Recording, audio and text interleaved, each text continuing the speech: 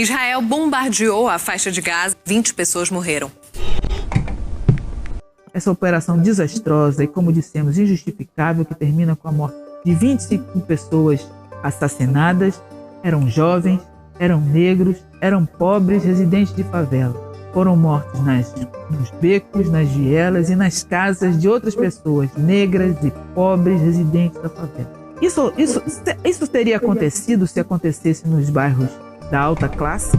Datafolha indica que Lula lidera a corrida eleitoral de 2022 e marca 55% contra 32% de Bolsonaro no segundo turno.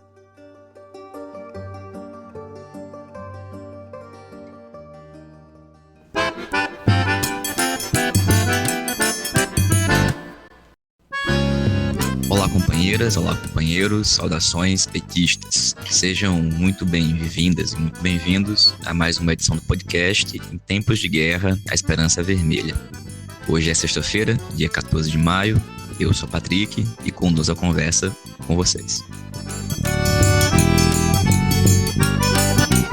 No episódio de hoje, a gente escuta o companheiro Walid Rabah, da FEPAL, Federação Árabe Palestina, e fala sobre a luta e a resistência do povo palestino contra os ataques realizados por Israel.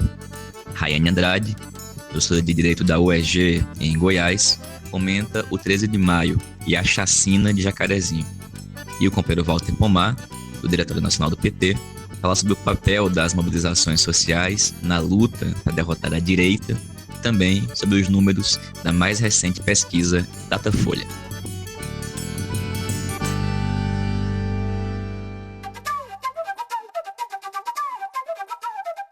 Pessoal, a gente começa a edição de hoje do podcast escutando o companheiro Walid Rabah, da FEPAL, Federação Árabe Palestina, que comenta a série de ataques que se iniciou ao longo dos últimos dias de Israel com o apoio dos Estados Unidos contra o povo palestino. Estamos às portas de completarmos 73 anos da ocupação da Palestina por estrangeiros euro-judeus, que para esta terra chegaram a partir da década de 20 do século passado para ali construírem um estado de pureza racial exclusivamente judeu, alegando direitos divinos extraídos da mitologia velho-testamentária, conforme conceberam os líderes do sionismo, o nacionalismo dos euro-judeus. Esses estrangeiros de fé judaica autoproclamaram-se Estado às 16 horas do dia 14 de maio de 1948, uma sexta-feira, dia sagrado dos muçulmanos, a maioria da população palestina originária desta terra, e início do sábado, o dia sagrado para os judeus. E no dia 15, já o sábado, o que denominamos o Shabat Sangrento, é iniciada a despovoação massiva da Palestina, definida como limpeza étnica, quando 774 cidades e povoados palestinos foram invadidos, 531 deles totalmente destruídos e despovoados, 70 massacres, 15 mil mortos, muitos milhares de feridos e mutilados. Ao fim deste processo, mais de 60% da população palestina é morta ou expulsa, do que resultam os atuais 60 milhões de refugiados palestinos, 8% da população refugiada mundial, mesmo os palestinos representando apenas 0,2% da população global. A Jerusalém, hoje chamada Ocidental, tomada dos palestinos em 1948, foi, neste processo, totalmente despovoada.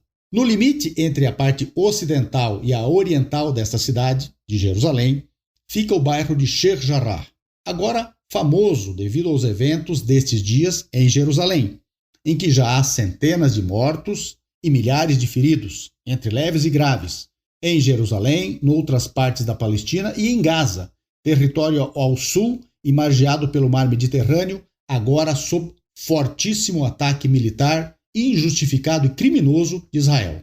E vamos contar isso para que todos entendam.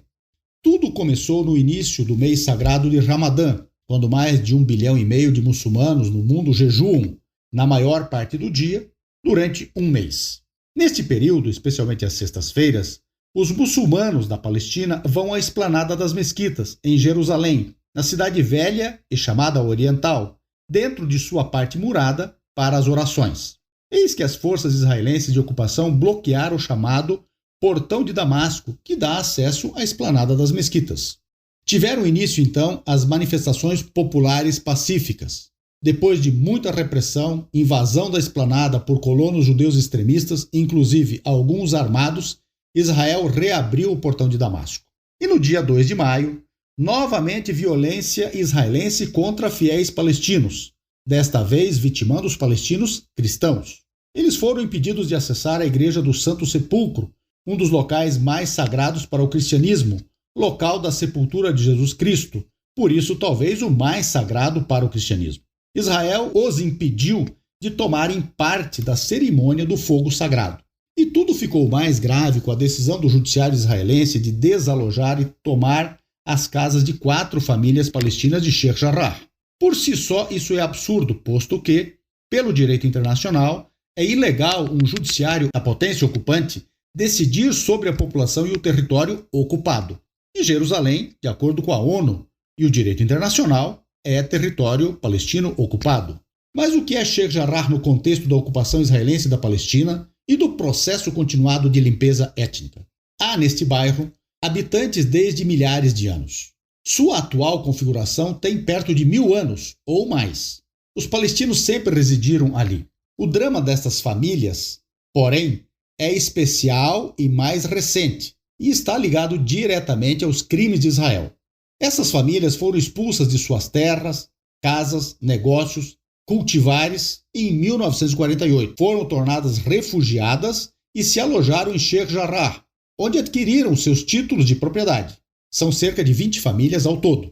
Agora aparecem alguns colonos judeus extremistas e dizem ter títulos de propriedade destes imóveis e pedem o despejo dessas famílias.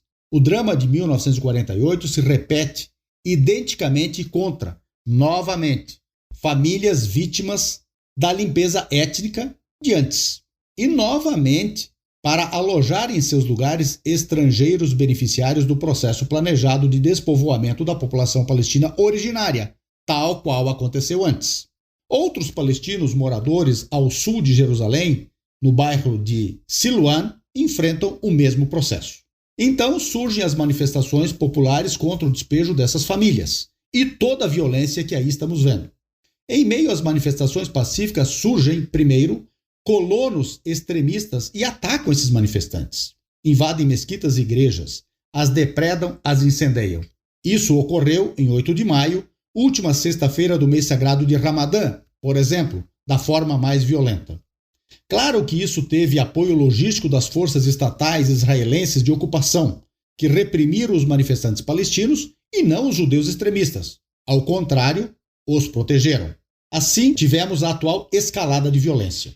O que temos, analisando o quadro, é que Israel segue um processo metodicamente planejado de despalestinização de Jerusalém, processo que segue em toda a Palestina também. Além disso, Jerusalém, no plano israelense, precisa ser inteiramente judaizada, num processo de pureza racial, já que Israel se autodefiniu, oficialmente por lei, recentemente, em 2018, como um Estado unicamente judeu, puramente judeu, e no qual a cidadania só pode ser plena para professantes do judaísmo. É o Estado Nacional Judeu, uma repetição de outras experiências, como a nazista, ou a da África do Sul supremacista, já que o regime israelense é também de apartheid, conforme já indicam documentos da ONU e das principais ONGs de direitos humanos do mundo, assim como também o Tribunal Penal Internacional, que já analisa esses crimes, como o define a lei internacional, crimes de lesa humanidade. Por fim, o que o mundo vê hoje, com facilidade, dadas as imagens tão translúcidas, são verdadeiros prógromos. Era isso o que acontecia na Europa, décadas atrás, contra europeus de fé judaica, quando forças do Estado, combinadas com civis armados, atacavam cidadãos judeus, suas propriedades, os espancavam, os matavam. É exatamente o que vemos hoje na Palestina, na macabra aliança entre forças do Estado que ocupam a Palestina e os colonos judeus extremistas que querem tomar os lugares dos palestinos. Este horror não é novo na Palestina. Ele completa amanhã exatamente 73 anos, e a partir do dia 15 estaremos no 74º aniversário da tragédia palestina. A questão é, até quando o mundo calará frente aos crimes de guerra e de lesa humanidade de Israel na Palestina? E mais, onde isso, caso triunfe na Palestina, se repetirá.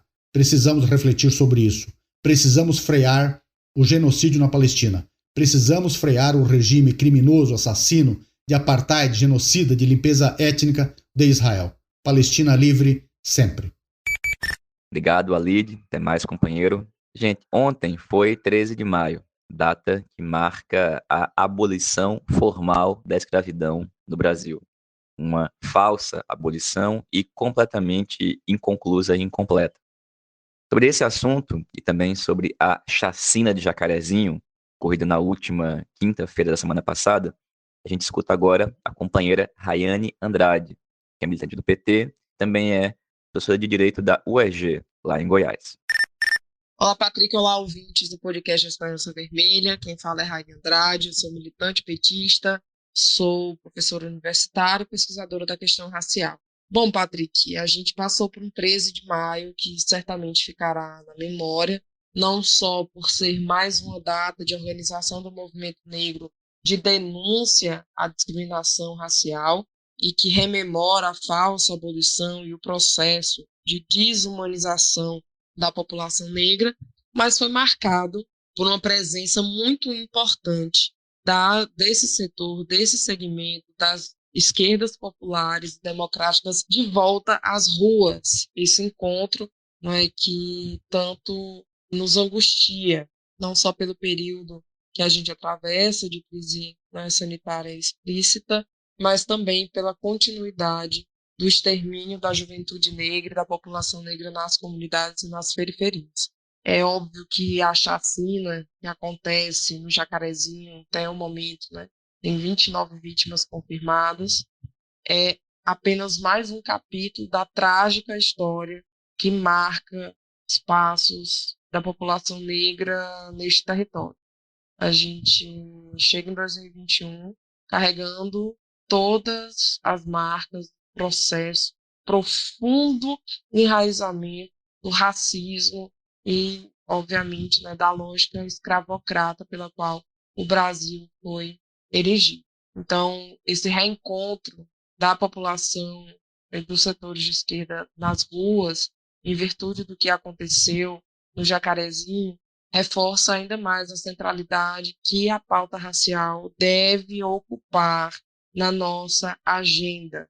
Esses atos ainda relembram que nós enquanto comunidade negra, sabemos muito bem o que é conviver com o estado de exceção permanente e que o vírus é só mais uma das formas pelas quais a morte nos visita.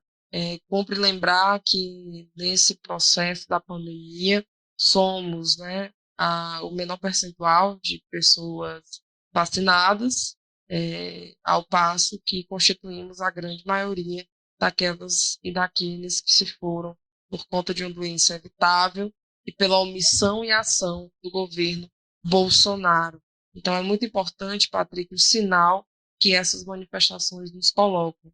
Primeiro, de que a pauta racial ela é condição para fazermos um debate, né, de reconquista da classe trabalhadora, e o segundo, que é necessário que esse encontro atrasado das organizações populares com as ruas para derrotar Bolsonaro precisa acontecer. Pois como os nossos companheiros de luta na Colômbia deixam, né, explícito, quando o governo é mais perigoso que o vírus, é necessário que a gente tome parte. Obviamente, tendo em conta de que esse processo não pode ser encarado com leviandade, mas é necessário que a gente reocupe esse espaço, que a gente pressione pela saída de Bolsonaro agora e que a gente não deixe essas 29 vidas terem sido ceifadas em vão. É necessário denunciar que o 13 de maio, né, todo o país levantou e encorpar essas manifestações, sob pena de calarmos diante dessas mortes vorazes que destroem o nosso povo. É isso. Muita luta, muita resistência a todos nós e viva a luta do povo preto brasileiro. Até! Obrigado, Rai. Valeu, companheira. Gente, ontem foi divulgada mais uma pesquisa, na verdade, a primeira pesquisa Datafolha desse ano. E nela, o companheiro Lula aparece em primeiro lugar, inclusive derrotando Bolsonaro no segundo turno. A gente perguntou ao companheiro Walter Pomar a opinião dele sobre essa pesquisa e também que ele comentasse por que essa onda de mobilizações que aconteceu no Chile, no Paraguai, que acontece ainda agora na Colômbia, não chega aqui no Brasil. E é sobre esses dois assuntos que a gente escuta agora o companheiro Walter Pomar. Olá, Patrick. Olá, ouvintes de mais essa edição do programa comandado pelo Patrick Araújo. Pois é, Patrick, na Colômbia, eu vi um manifestante segurando um cartaz que dizia mais ou menos o seguinte, que era necessário ir às ruas em plena pandemia porque o presidente deles era mais perigoso do que o vírus. E eu não tenho dúvida nenhuma de que o cavernícola é mais perigoso do que o vírus e que é o principal aliado da Covid-19, diretamente responsável por uma parte expressiva daqueles que morreram, dos mais de 420 mil brasileiros e brasileiras que morreram por conta da Covid-19 e que poderiam estar vivos se o cavernícola não fosse quem é, se o seu governo não fosse como é, se seus aliados não fossem como são. Por isso, é necessário que a gente faça aqui no Brasil muita mobilização de rua, a exemplo do que fizeram nossos companheiros e companheiras na Colômbia, no Chile, no Paraguai, na Bolívia, na Argentina e, inclusive, nos Estados Unidos, onde a mobilização de rua foi decisiva para que o Trump perdesse as eleições presidenciais. Quais motivos, no Brasil, nós não conseguimos fazer uma mobilização à altura dos problemas que o povo brasileiro está enfrentando? Existe um debate dentro da esquerda acerca dos motivos, acerca da explicação dessa situação. Há quem diga que a pandemia aqui é muito forte. Há quem diga que nós não mobilizamos porque nós respeitamos a ciência, nós respeitamos os protocolos de distanciamento social, nós levamos a sério a ideia do fique em casa se você puder, para não contaminar a si mesmo e aos outros. Há quem diga que isso é resultado das derrotas sofridas no último período. Há quem diga que o povo brasileiro, que quando quer se mobiliza, está num momento de refluxo e que ainda não chegou a hora, mas chegará a hora da mobilização. E há quem diga que tudo isso pode ser verdade, mas também existe um problema de orientação política equivocada. Ou seja, uma parcela da esquerda brasileira entendeu e segue entendendo que não é hora de mobilizar. Os argumentos dessa parcela da esquerda, que é contra fazer mobilização presencial de rua, são vários. Um desses argumentos é o seguinte: mesmo sem mobilização popular de rua, as pesquisas eleitorais estão demonstrando que Bolsonaro pode ser derrotado por nós nas próximas eleições presidenciais. Por isso, não seria necessário correr o risco da mobilização de rua, porque mesmo sem ela, nós vamos ganhar as próximas eleições. De fato, as pesquisas que foram realizadas depois que Lula recuperou seus direitos políticos apontam de maneira consistente para a derrota de Bolsonaro e para a vitória de Lula, se as eleições fossem agora. Um exemplo disso é a recente pesquisa Datafolha.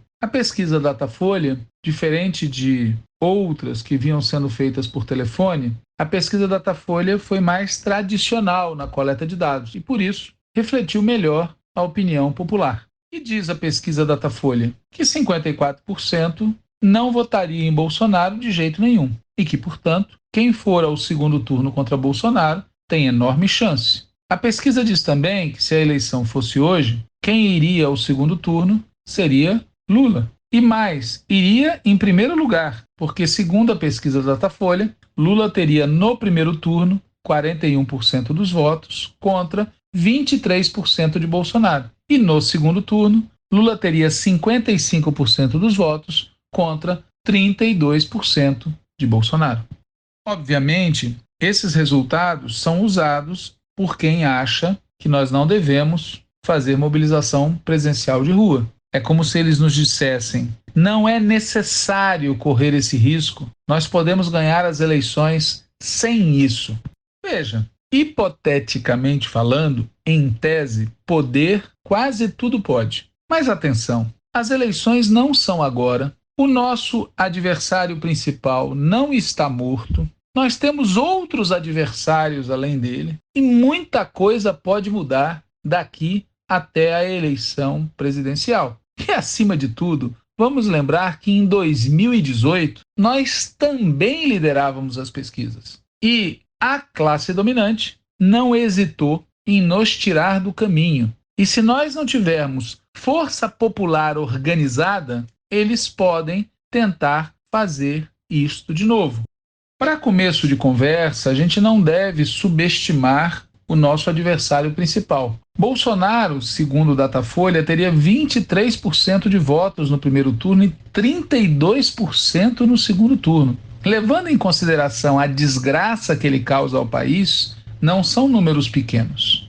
Além disso, Bolsonaro não é do tipo que, atacado, fica acuado. Pelo contrário, Jacarezinho, Roraima, a ida dele a Alagoas, a ação dos bolsonaristas e seus aliados em todo o país indicam que Bolsonaro vai continuar lutando para ir ao segundo turno e vencer as eleições. E fará isso transformando o processo eleitoral numa guerra e está usando nesta guerra a mobilização de rua. E se nós não tivermos capacidade de enfrentá-lo também neste terreno, corremos o risco da tática de Bolsonaro dar êxito, permitir a ele melhorar sua pontuação, permitir a ele chegar às eleições em condições mais favoráveis do que agora.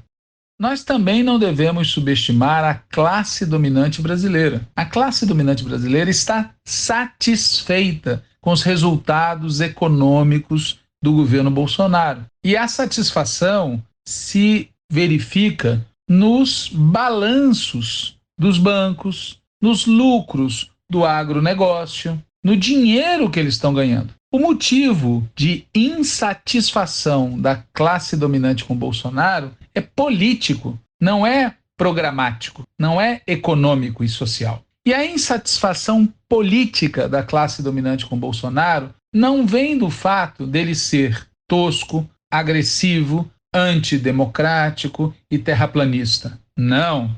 A insatisfação é que, do ponto de vista político, Bolsonaro está relançando Lula e o PT de volta à presidência da República. Quais são as alternativas que a classe dominante tem diante deste fato? Uma alternativa seria cerrar fileiras ao redor de Bolsonaro. Mas, no momento, isso parece ser uma alternativa política e eleitoralmente complicada. Uma segunda alternativa para a classe dominante seria tentar um acordo com Lula, uma solução tipo Palocci/Carta aos Brasileiros. Mas também, no momento, essa solução não é tão simples quanto parece. Uma terceira possibilidade que a classe dominante tem é de construir uma terceira via. Hipoteticamente falando, seria o melhor, até porque a mesma pesquisa Datafolha revela que existe uma maioria no eleitorado que não quer votar no Lula no primeiro turno. Portanto, em tese, haveria um eleitorado disponível para apoiar uma candidatura que se opusesse a Lula, desde que não fosse o Bolsonaro. Porém, isso é só em tese, porque até o momento eles não conseguiram tirar o coelho da cartola. A situação político-eleitoral da classe dominante não está fácil. Porém, eu insisto, também não estava fácil no passado e eles deram um jeito. Por isso, não vamos subestimá-los agora. Infelizmente, Patrick, existe dentro da esquerda brasileira um setor que está subestimando a classe dominante, subestimando Bolsonaro e está se preparando para travar a batalha de 2002, fazendo um movimento em direção ao centro, seja do ponto de vista das alianças, seja do ponto de vista programático. E por isso não entende a importância estratégica da mobilização popular. Nós temos que nos preparar não para a batalha de 2002, nós temos que nos preparar para a batalha de 2021-2022. Em nenhum cenário essa eleição vai ser normal, em nenhum cenário. Nós temos que ter polarização ideológica, polarização programática, polarização social, mobilização social. Não pode ser apenas polarização eleitoral, porque, repito, esta eleição não será normal, não será apenas eleitoral. E só vai ter tudo isso se a gente recuperar a base organizada na classe trabalhadora e se a gente tiver disposição de fazer mobilização em grande escala. O povo vai responder ao chamado? Eu acho que sim, mas para isso precisa tentar. Se a gente não tenta, a gente não consegue. Obrigado, Walter. Valeu, companheiro. Pessoal, essa foi mais uma edição do nosso podcast, em tempos de Guerra Esperança Vermelha, com publicações todas as segundas e sextas-feiras. A gente se encontra na próxima semana. Saudações petistas e até mais.